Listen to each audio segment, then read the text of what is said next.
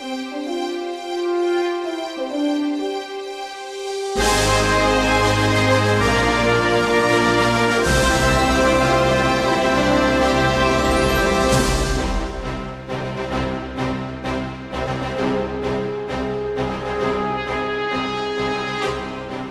there, and welcome to the Time Machine with Trish and Mike. I'm Mike.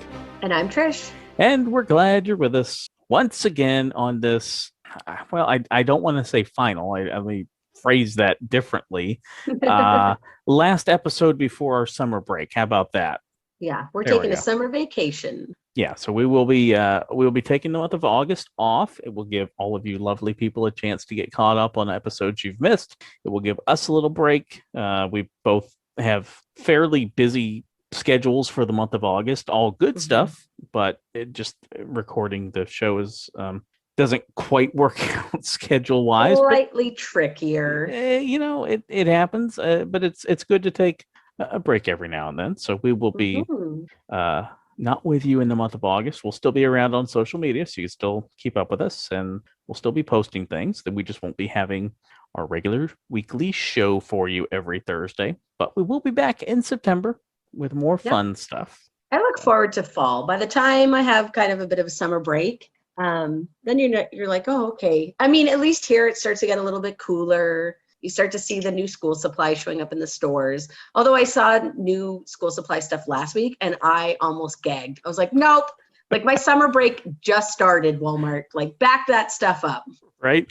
It's funny because I was at the store the other day and, you're starting to see the back to school displays and everything. And it's like, yep. But it makes a little bit of sense for you guys. Like in America, I know there are teachers going back to work like in a week or two. Yeah. I mean, down here, at least, where I live, it's not, school doesn't start till mid-August. I don't know the exact week off the top of my head, Still too early. But we're usually out by late May. So right.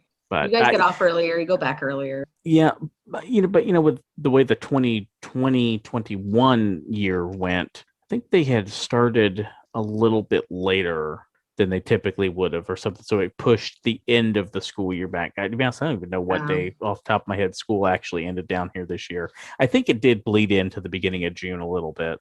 But yeah, like even my school year went a bit longer just because they wanted to ensure there was instructional hours. But seeing brand new stuff right now, too early. By the end of August, it's like, oh, okay, I'm kind of ready. I'm happy to go into this new season.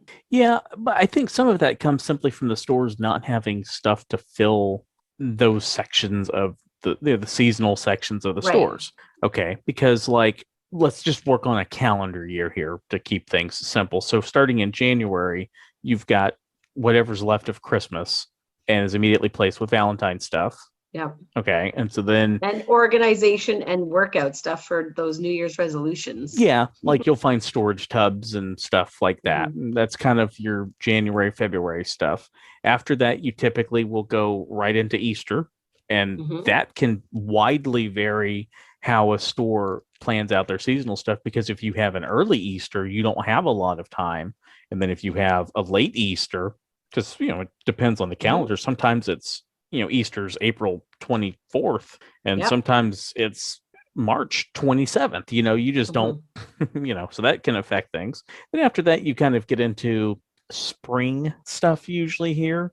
So that's when you'll start seeing like your gazebos and right. Yeah, we get that stuff. Pool chairs and that sort of thing. And that can kind of bleed into summery stuff like beach balls and things. And then before you know it, sometime usually in July, they're putting the back to school stuff out. That goes away. Here comes Halloween. That comes away. And here comes Christmas. And that takes you through the year. But as a cosplayer, I get excited about the Halloween stuff when that comes out early. You're like, yes, this is good. Time to stock up for the year. I totally agree. Of course, I just start getting excited because that means we're slowly creeping to fall, which means it won't be 94 degrees, but Right, which makes you happy. Yes. Because for everybody's like, oh, Florida and, Florida in the winter is great, but Florida in July and August. See, in here, Alberta, it's like fall was a nice week, right? That's all you really get. Whereas I grew up September, October, even into November, it would be really, really nice. I usually buy Remembrance Day, which is November 11th. Mm-hmm. That's when it starts to get kind of cold and rainy. You're approaching the colder parts of the season. But I mean, we have our Thanksgiving in October before Halloween, right. And I have gone swimming on Thanksgiving weekend because it's so nice. And I'm used to like nice, beautiful fall colors and a long season. I moved to Alberta and it was like over a week. I'm like, what the? Where was my fall? And they're like, that was it. It was glorious. Didn't you see the colors changing? I'm like, you mean that ugly brown? That's not fall. This is a terrible season. That's not fall. That tree is dead already. Yeah. Oh, people here, they just don't understand. You got to go back east to see the beautiful fall colors. But yeah, so by the time we come back for our podcast, it'll be great.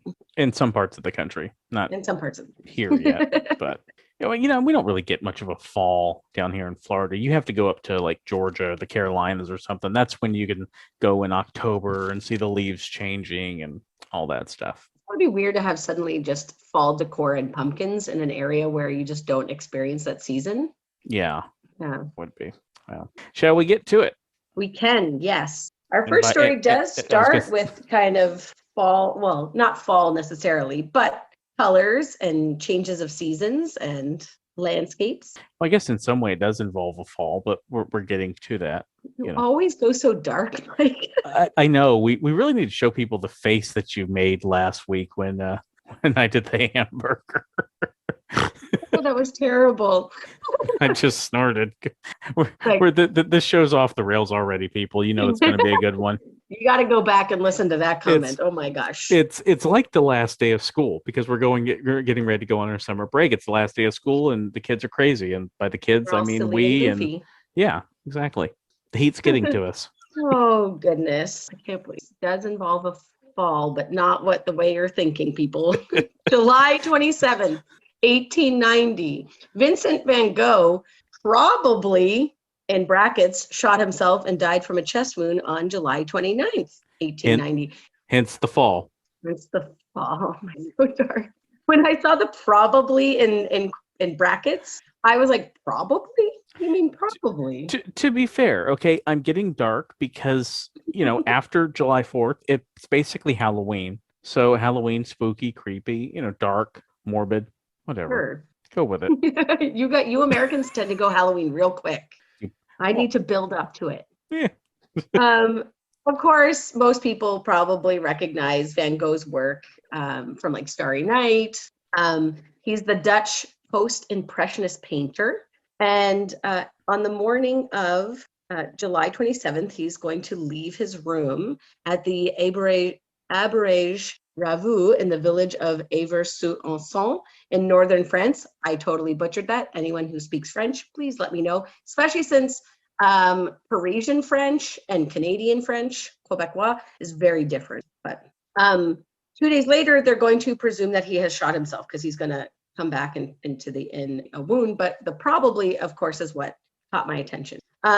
Throughout his life, right, Van Gogh experienced deteriorating mental health. He ended up going in and out of various asylums. He actually chose to go into an asylum rather than attend his brother's wedding because he was just really worried about what his mental state was going to be like traveling to go to his brother's wedding and going through a highly emotional aspect that weddings can bring, I guess. I mean, any family gathering tends to be kind of emotionally testing, I would say. Yes, I would agree. He decided to go into an asylum. Actually, in these asylums is where he's going to do quite a few of his really famous paintings. When he was in an asylum in early May of 1889, he ended up painting Starry Night. He ends up painting at Enemy's Gate, or at Eternity's Gate, sorry. Enemy's Gate, that's totally that. What year did that movie come out? Which movie? Enemy at the Gate. That's we'll a tell really you. Crazy, very different segue. But 1890, he's going to do at Eternity's Gate. Do you mean Enemy of the State? I thought it was no. There's Enemy at the Gate. Is that a film? At the Gate? Enemy at the Gate. 2001. Okay. Oh. All right. I thought you said of the gate. I'm like, Enemy of the Gate? That's nothing but Enemy of the State. That's why I was like, that's different. That's why I wanted you to clarify what you had said so I could look up the right movie. If anything, we strive for accuracy on this show. We're totally school kids on the last day of school. Okay. He is eventually going to leave these asylums after doing a lot of his paintings. And he ends up moving into a commune area where there's a lot of different artists that are kind of communally living, and he moves into an inn. July 27th, 1890, he's going to leave the inn he's residing at after breakfast. And when he had not returned by dusk, which was his normal habit, was to go out, paint in the fields, and then come back, the family became worried. So he finally arrives after nightfall, after 9 o'clock, holding his stomach. The innkeeper thought he could hear groans, and so he goes and checks on him. So he like came back to the inn and didn't tell anybody he had been shot. It's just a flesh wound. It's just a flesh wound. When the innkeeper asks whether he is ill, Van Gogh showed him a wound near his heart and admitted that when he had set out for the wheat fields where he had been painting, he had attempted suicide by shooting himself. Now, throughout the night, he's going to kind of remain silent, smokes a cigarette every now and then again. And nobody thinks to call a doctor. Well, the innkeeper did send out somebody, but I guess being in this northern village in France, there's no one really close by. But soldiers end up coming to question him about the attempted suicide. And his quote is, "My body is mine and I am free to do what I want with it. Do not accuse anybody. It is I that wish to commit suicide." And this quote's going to come back into some investigation because, of course, they're like, why is he saying don't investigate anybody? That's kind of an unusual thing to say after you attempted suicide. Right. And I don't know why these soldiers show up rather than a doctor. Like you say, that's kind of odd. They do also send for his brother and wife so that the brother can come and see him. But the brother arrives when it's too late. He's already passed. He's going to fall into a coma. And his time of death is listed as 1:30 a.m., July 29, 1990. In 2011, so most people are going to just, okay, he was a mentally ill person in and out of asylums. Yeah. But leading up to his death, his health was actually quite positive. He had written some really uplifting letters to his brother. He had been speaking very highly of his artwork with other artists in this commune. So he seemed like he was in a really good spot. So the fact that he did commit suicide was kind of unusual, but people kind of accepted it. He was doing well, so nothing was suspected, really. Yeah, okay. Yeah. So up until 2011, people generally accepted that possibility. But there's going to be these two authors, Stephen Naifa and Gregory White Smith, that are going to publish a biography called Van Gogh, The Life, in which they challenge the conventional account of the artist's death. And in their book, they argue that it's very unlikely he could have shot himself. Van Gogh himself described suicide as sinful and immoral. So they question how someone could hold these beliefs and still try to do something like that. I mean, that's kind of the argument for a lot of things, right? That was yeah, that's what I was going to say. But like people still ended up doing stuff that they may not have agreed with. But anyway, they question how he could have traveled the mile-long or roughly 2-kilometer distance between the wheat field and the inn after sustaining such a fatal stomach wound, and how he could have obtained a gun despite his well-known mental health issues, right? Even in France in this time frame, it was very difficult to get a gun. And they're like, why would someone ever give someone who's mentally ill a weapon? Well, and things were a lot different back then. I mean, things weren't regulated the way they are now. But in France, it's much different. They actually had quite decent regulation. Even back then? Yeah, which was surprising to me. I was really shocked. And they also said they never found any of his painting gear. So they're like, if you were out painting in the field, where did your gear go to? How did you get back home? So their alternative hypothesis is that he did not commit suicide, but was rather the victim of an accidental manslaughter or foul play. They point out the bullet entered his abdomen at an odd angle, not straight as one would expect in a suicide. Mm-hmm. So they start to apply some modern forensics. They claim that Van Gogh was acquainted with some boys who may have shot him. And one was in the habit of wearing a cowboy suit and may have gone drinking with them. And it just may have been kind of accidental, which is why he's also quoted as saying, don't charge anyone with my right, death. Yeah. Because you wouldn't say that unless you know somebody else was involved. Yeah. super. It all doesn't add up. And so in 2014, they actually bring in a handgun expert, Vincent DeMeo, and he's going to review the forensic evidence surrounding the shooting. And he noted that to shoot himself in the left abdomen, Van Gogh would have had to have held the gun at a very awkward angle. There would have been black powder burns on his hand and other like tattooing marks on his skin from the wound. And there's nothing in the report that, I mean, maybe they just left it out because, of course, we're trying to apply 2014 forensics to 1890. But right, and that's a big gap to make. Yeah. So in his opinion, he claims that it was not self-inflicted, and that he was, although Van Gogh was kind of open to death, he never would have chosen it for himself. So he kind of did a favor by not allowing these boys that he hung out and drank with by being accused. Right. So another mystery. I tend to find the mystery stories, right? Last week mystery, this week mystery.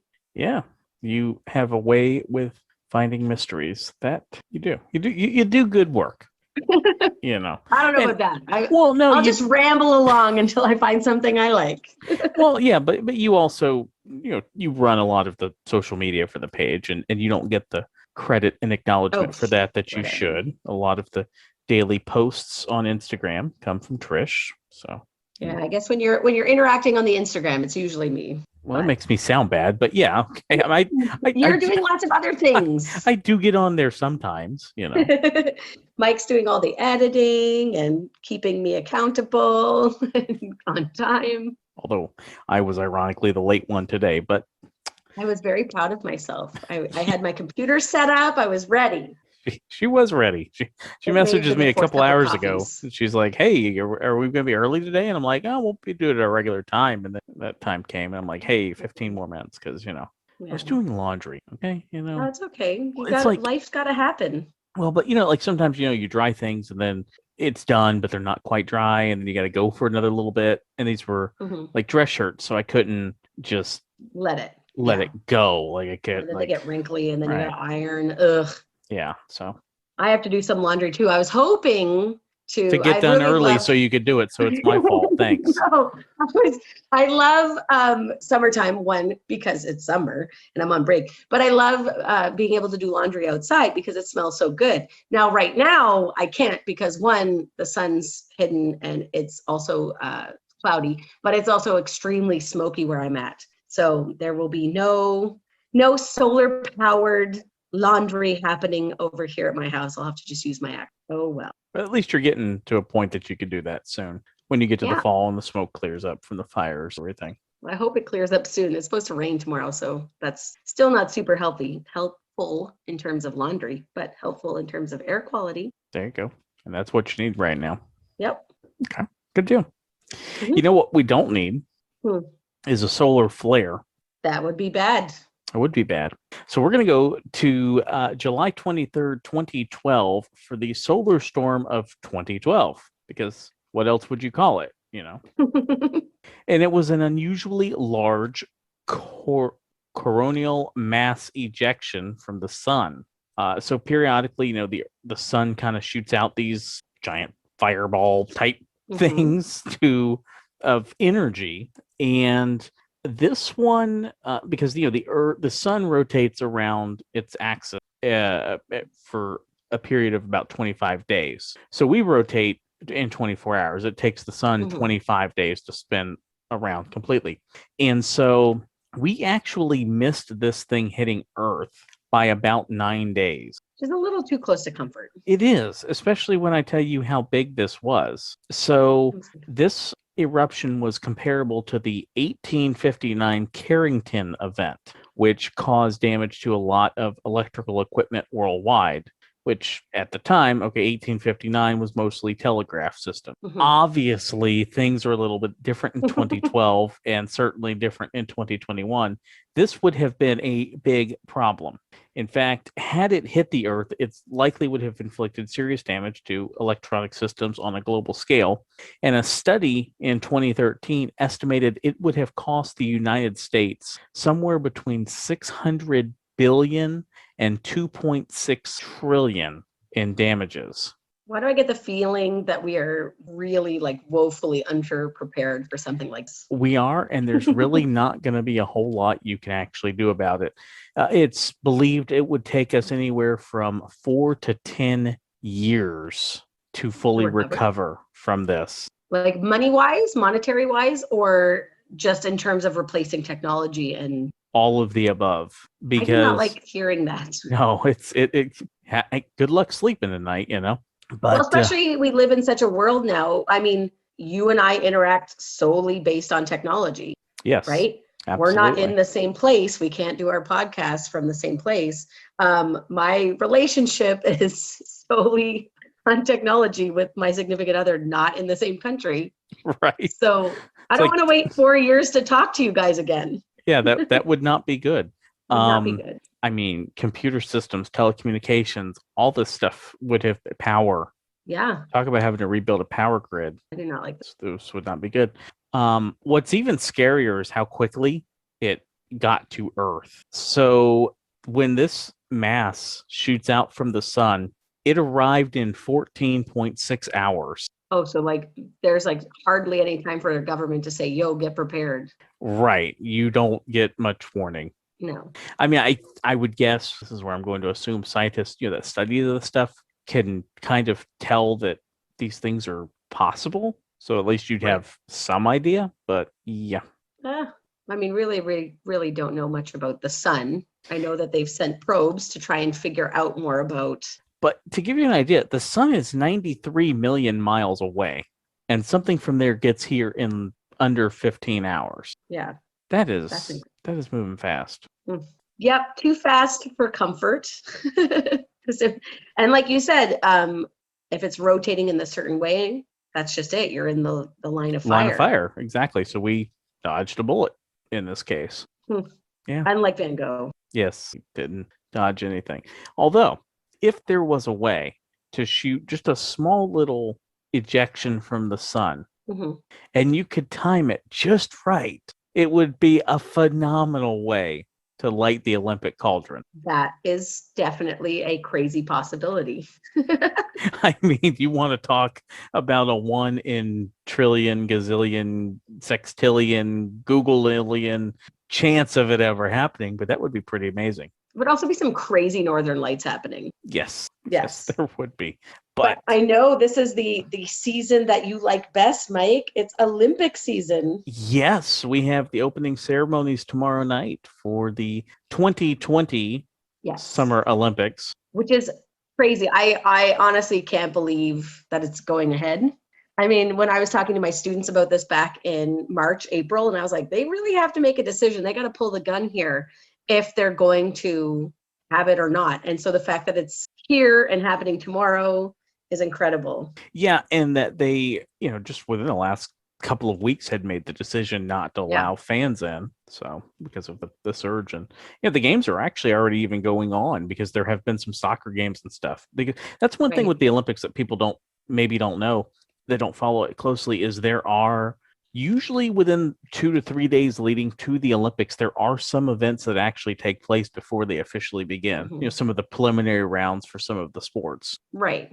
To make sure everything works within the time frame of the schedule. Yeah. And it would be interesting this year because if you run into situations where, and we don't know what's going to happen, obviously, but what if, somebody gets COVID in the thing? How is that going to work with the other countries and possibly affect the scheduling of events? Because the Olympic schedule is a very tightly organized schedule because there are events that take place in different times because of TV. Like, for example, there are going to be events that we will get to see here in America and Canada live that will be happening in the morning over in Japan. Well, if that gets bumped a day, how does that affect the next day's schedule with the sport and TV networks? Everything. Well, and I know even when they were talking about training, just training alone leading up to the Olympics, and if they had a quarantine and how are they going to train in hotels, and like the timing and scheduling of the Olympics is so important.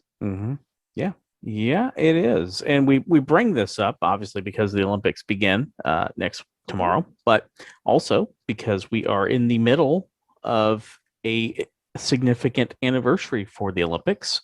July 19th through August 4th, 1996, the Summer Olympics, also known as the Centennial Olympic Games, were held in Atlanta, Georgia. Yeah, I had my auntie go to that one. She sent T-shirts from that one. She was living down in the States at that time. Oh, nice. Yeah, so that's like my only real memory of that one.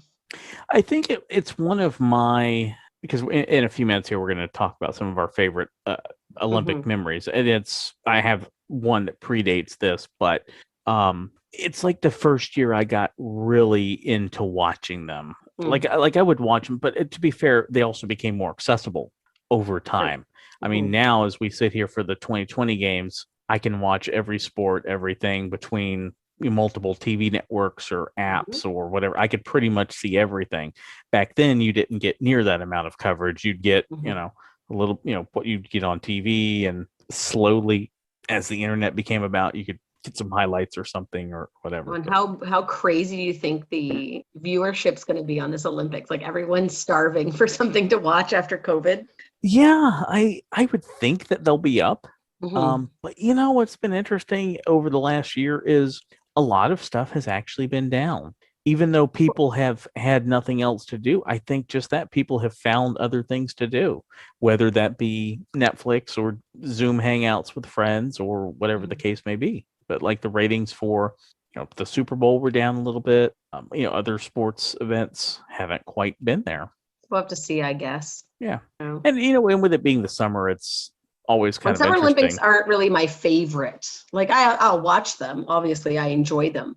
But Winter Olympics is really more my jam. Yeah. And I like them both. I tend to probably like the summer a little bit. But what I do like is the fact that since we had the year delay, we don't have to wait very long for another Olympics because we have the 2022 Winter Olympics coming up in February. So that's right. So less than a year. That's exciting. Yeah. So like I said, the Atlanta Olympics. So really, the Atlanta Olympics are a perfect example of how the Olympics can benefit a city, because you hear a lot now about how expensive it is and how these countries like Greece, they spent a lot of money to get the games in Athens in 2004. And then, a few years back, you're hearing about how the country's on the verge of bankruptcy and, completely falling apart. Well, we've had that discussion too about should we just have a permanent location for the Olympics? Yeah. And, I think Atlanta did it perfect. They did a great use of their venues, and the venues they built them with additional purposes in mind.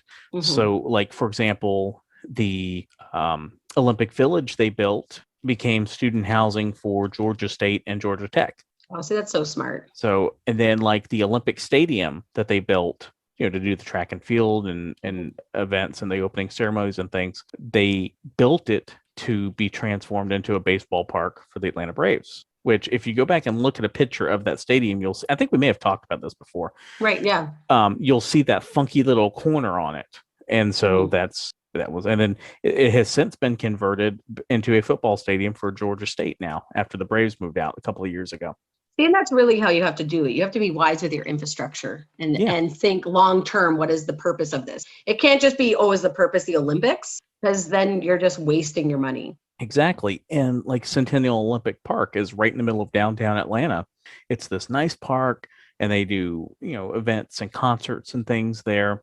But that led to a big revitalization in the downtown Atlanta area. The World of Coke is just to the north of the park. There's the giant Georgia Aquarium, the College Football Hall of Fame, the Civil Rights Museum. There's a lot of stuff that has been developed in that area because of it. I gotta add Atlanta, Georgia on my bucket list. Yes, things to see in the U.S. It's a great city. I love going to it. The traffic is not so much, but yeah. It's a great city. So then, what are some of your favorite Olympic moments, Mike? I have a lot. I've tried to narrow it down a little bit, because I could fill up a whole show probably with some. I'm gonna have one of my absolute favorites. I'm gonna say the name. I don't know if you're gonna know who it is, but I think when I tell you the story, you're going to remember this. Derek Redmond. Yeah, what's the story? The name's not ringing a bell. Also, I'm not a sports person, right? Fair enough. I enjoy the sports, but I'm not. good on the details. To be fair, you're not going to know him outside of this moment I'm about to tell you about. So in the semifinals for the 400 meters in track and field, during the 1992 Summer Games, he's about halfway through the race and he tears his hamstring. Okay. Oh, and do I remember this? You're going to remember this when I tell you. I was in grade 2, so. But you've seen this moment since then because I've seen this moment. It's part of Olympic lore at this point. But it just will give you goosebumps when you think about how just inspiring this is. So he's got a torn hamstring. He falls down. He's in pain. They bring the stretchers out to try to get him, and he no, leave me alone. This is my dream. I'm finishing this race. And he starts to try to hobble, and then he kind of falls again. And at this point, and this is where, this is certainly a different time. You probably wouldn't be able to get away with this now. His dad runs down from the stands, convinces security that he's, that's my son out there, gets by them. Again, I don't know if this happens in 2021. I don't think that would happen now, no. A little bit of a different era. He goes down there and he, helps his son up, and they finish the race together, and, everybody's going crazy, gives him a standing ovation, everything. Unfortunately, he is officially in Olympic records disqualified I did not finish because he received assistance, but it doesn't change the impact of that moment. To me, that is, if I have to pick one single moment to define the Olympic spirit, I think it has to be that one. And that's just showing, the passion and the love of the sport and the determination. And you're right. Like, that is what the Olympic spirit's about. Yeah, absolutely. His father, actually, I didn't know this until recently. His father was one of the torchbearers for the 2012 London Olympics. Oh, cool. They actually picked him? Yeah, as I guess be part of the... to recognize him for that moment. Yeah. So that was pretty cool. Yeah. That's cool. There's like you said, there's too many to pick from. There's so many good Olympic moments. Yeah, we could just ping pong it back and forth. I think it's probably the When I like you were saying most of yours or all of yours are summer, and mine are all winter. I have one that's winter. Although I have a feeling it's probably on your list as well.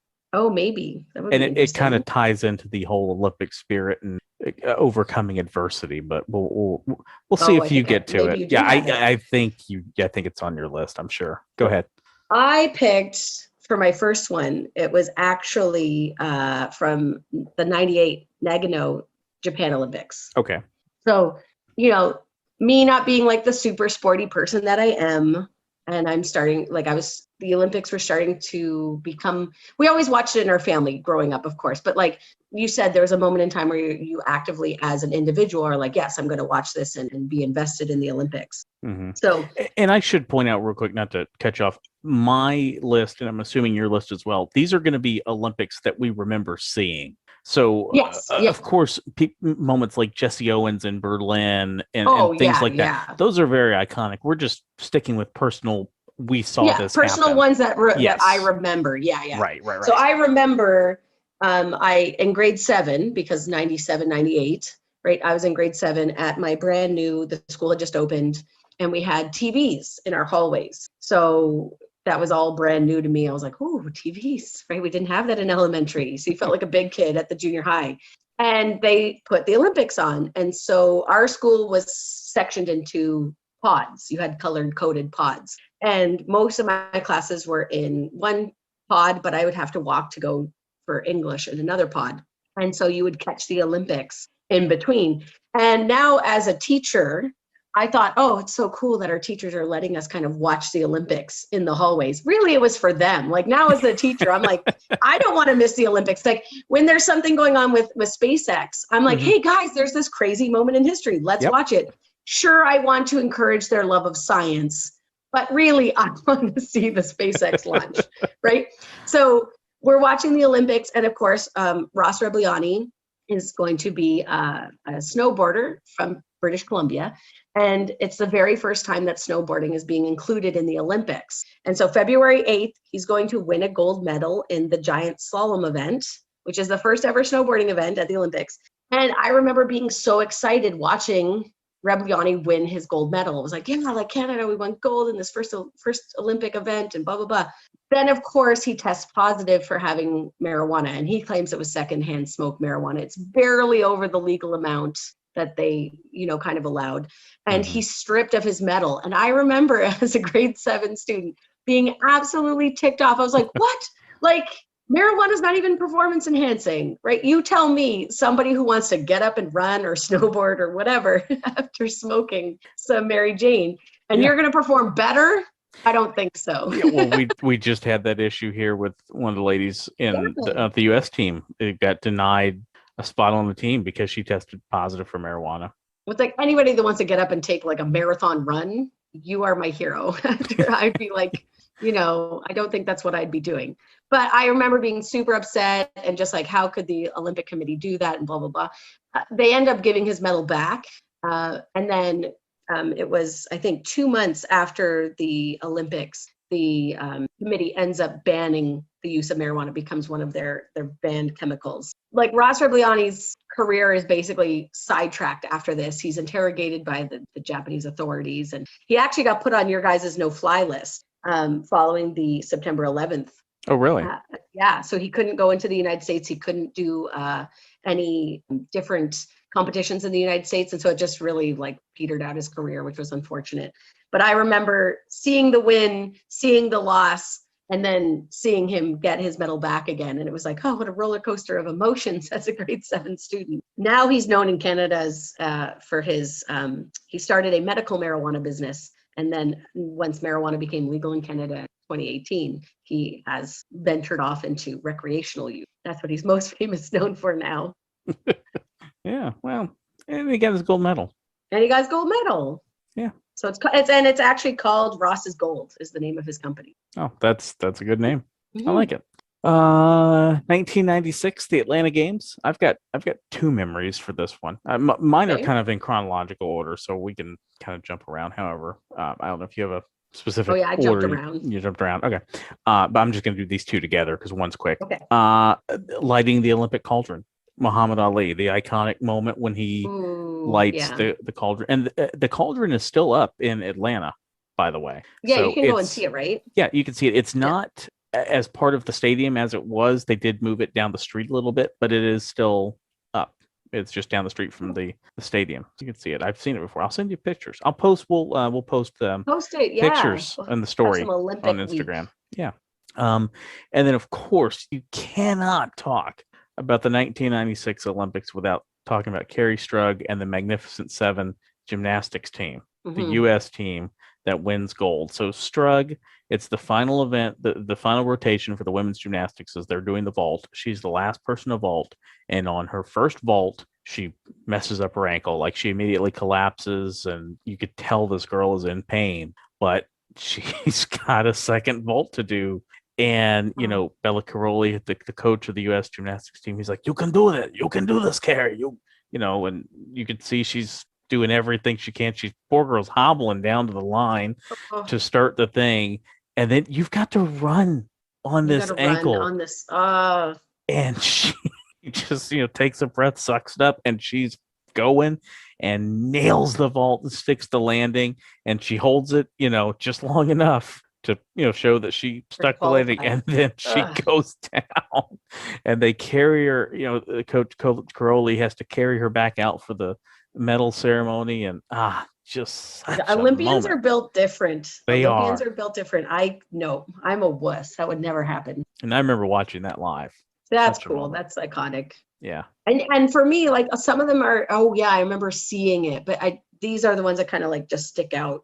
And I obviously picked all my Canadians to do it. Yeah, so we're gonna go. Most of mine are American as well.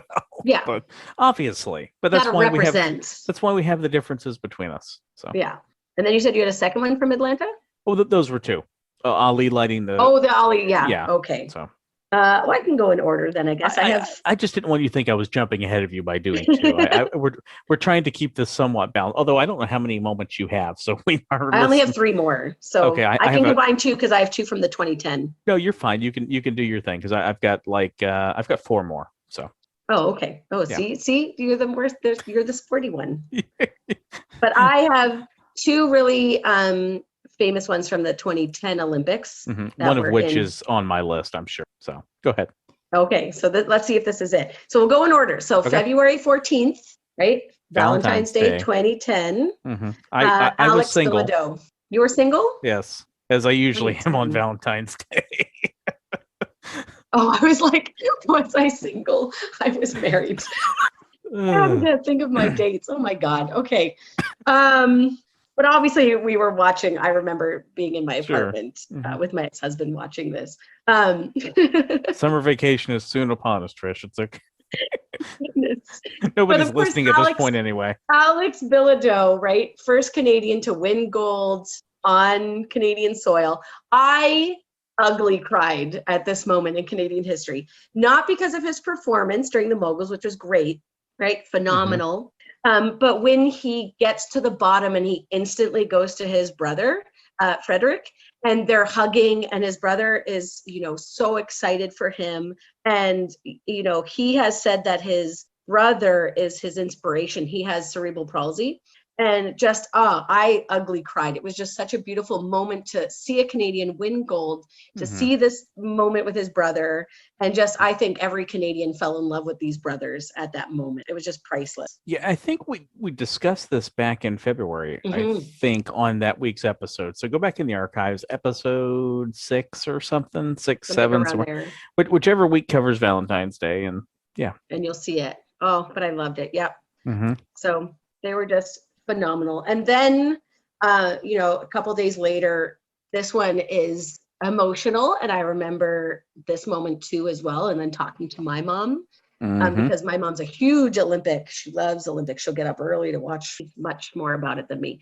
But February 22nd, Canada's Joni Richard skates and wins bronze, but it's 2 days after her mom's death. So her mom had ended up passing away from a heart attack shortly after arriving in Vancouver. They're originally from Quebec.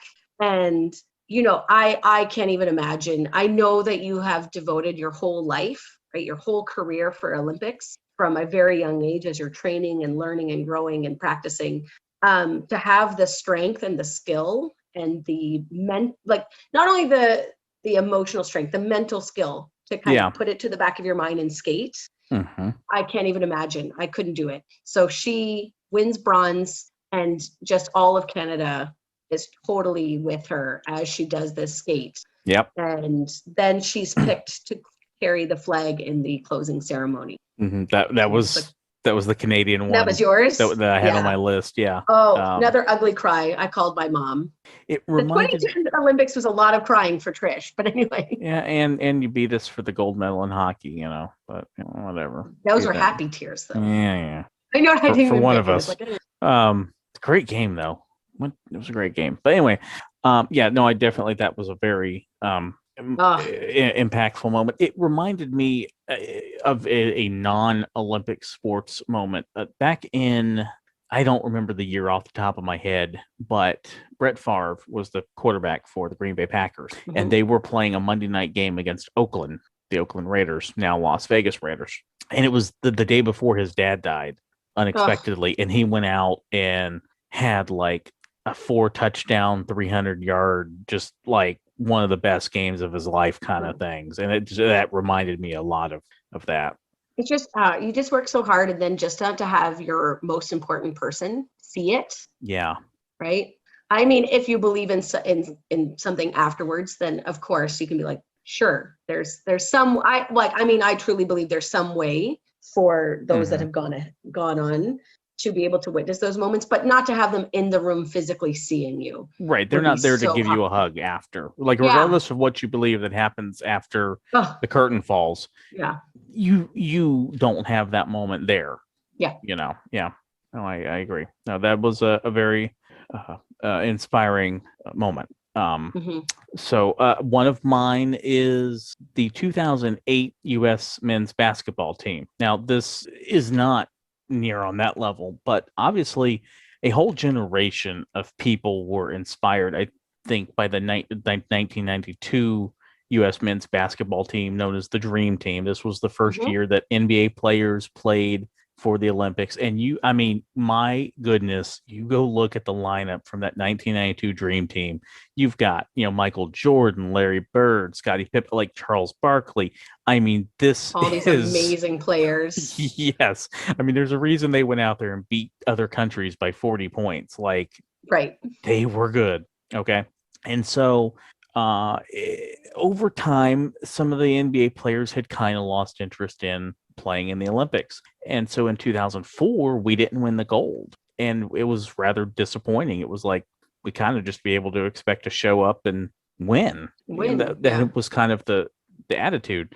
And there was the USA Basketball got together and they said, no, we need to commit to this. We need guys that want to be here, that want to do this. And a genuine effort was put. And you had like LeBron James and Kobe Bryant, and you had, the top players. You weren't getting like the B-level players. You were getting, your A-list stars that committed and went all in on this. And it was just fun to see, and we were beating teams, by big margins again, which not so much that, but just to see the skill, you're really getting a legit all-star team playing, because like when they do the NBA All-Star game, it's kind of fun and it's more for show and nobody plays defense and all that, but it's like this is you're getting them being competitive, and so which is phenomenal. That's fun to watch. Love basketball. Yeah.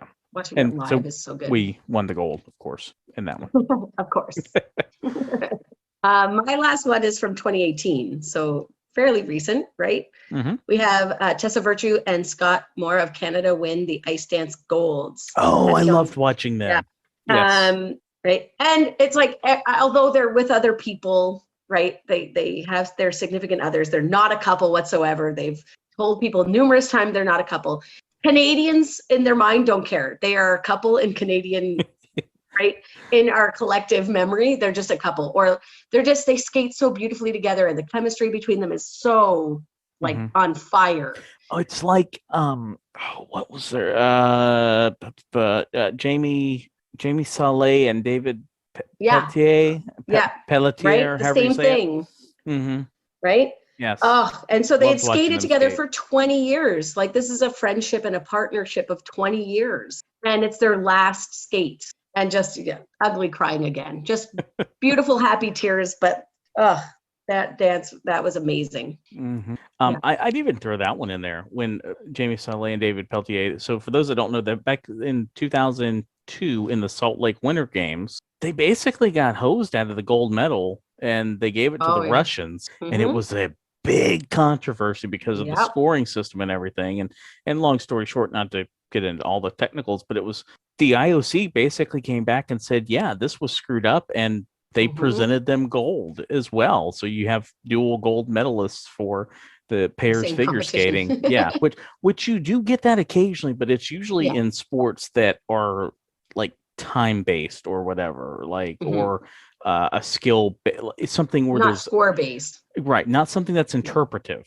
Yeah. You'd get it in something that has definitive numbers like time or points scored or something, but not something that's being scored by a judge. But, yeah, that was a big controversy. Oh yeah, we could probably do a whole episode on that.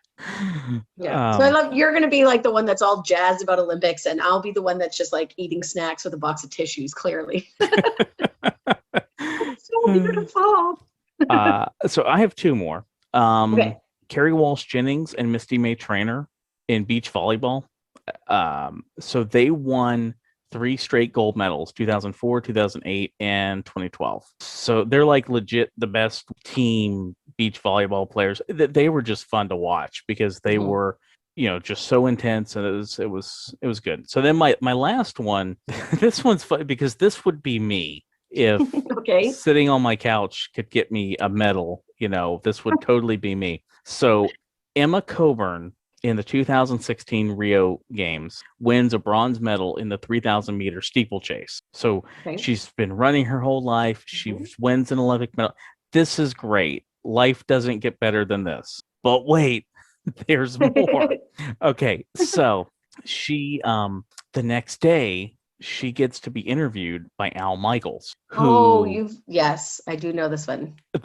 I love that You you can go find this video on YouTube or something, I'm sure. So like so many of us here in America, we've grown up with Al Michaels doing Olympics and doing other sports and stuff. So he's a very famous, sports commentator here. And he's the guy that you hear in the famous 1980 US Russia hockey game.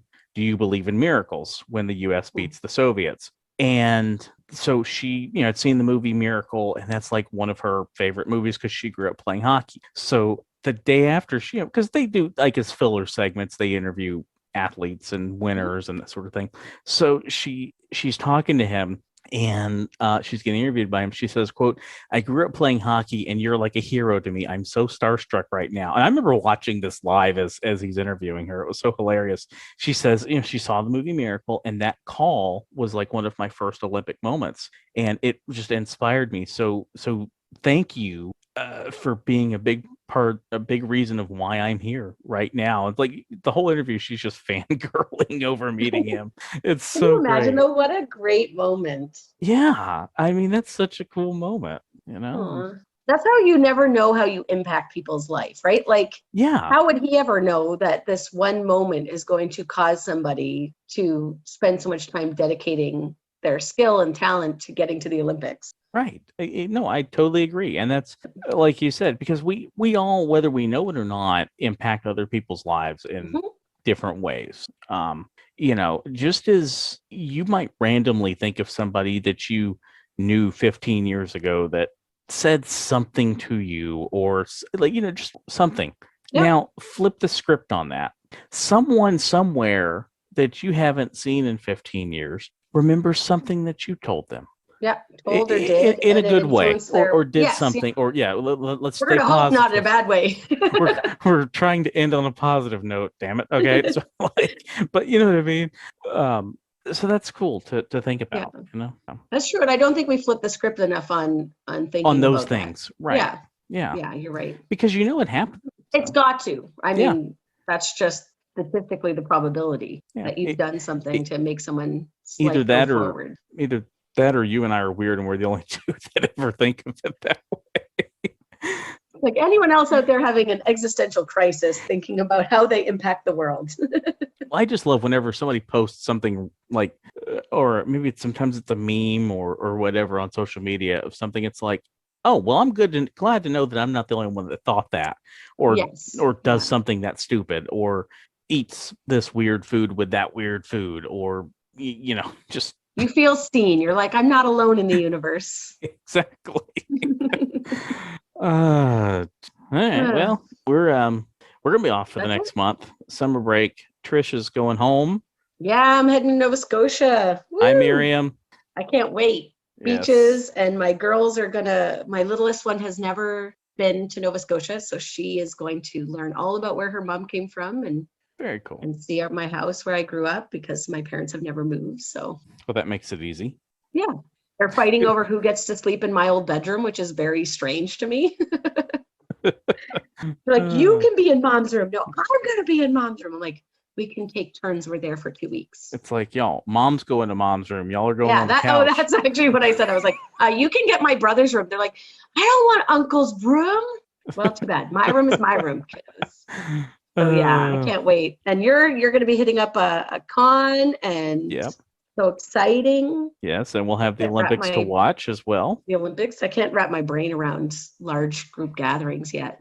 Yeah, I'll certainly report back when we start back up in September how it went. I mean, I trust the science, right? You got it.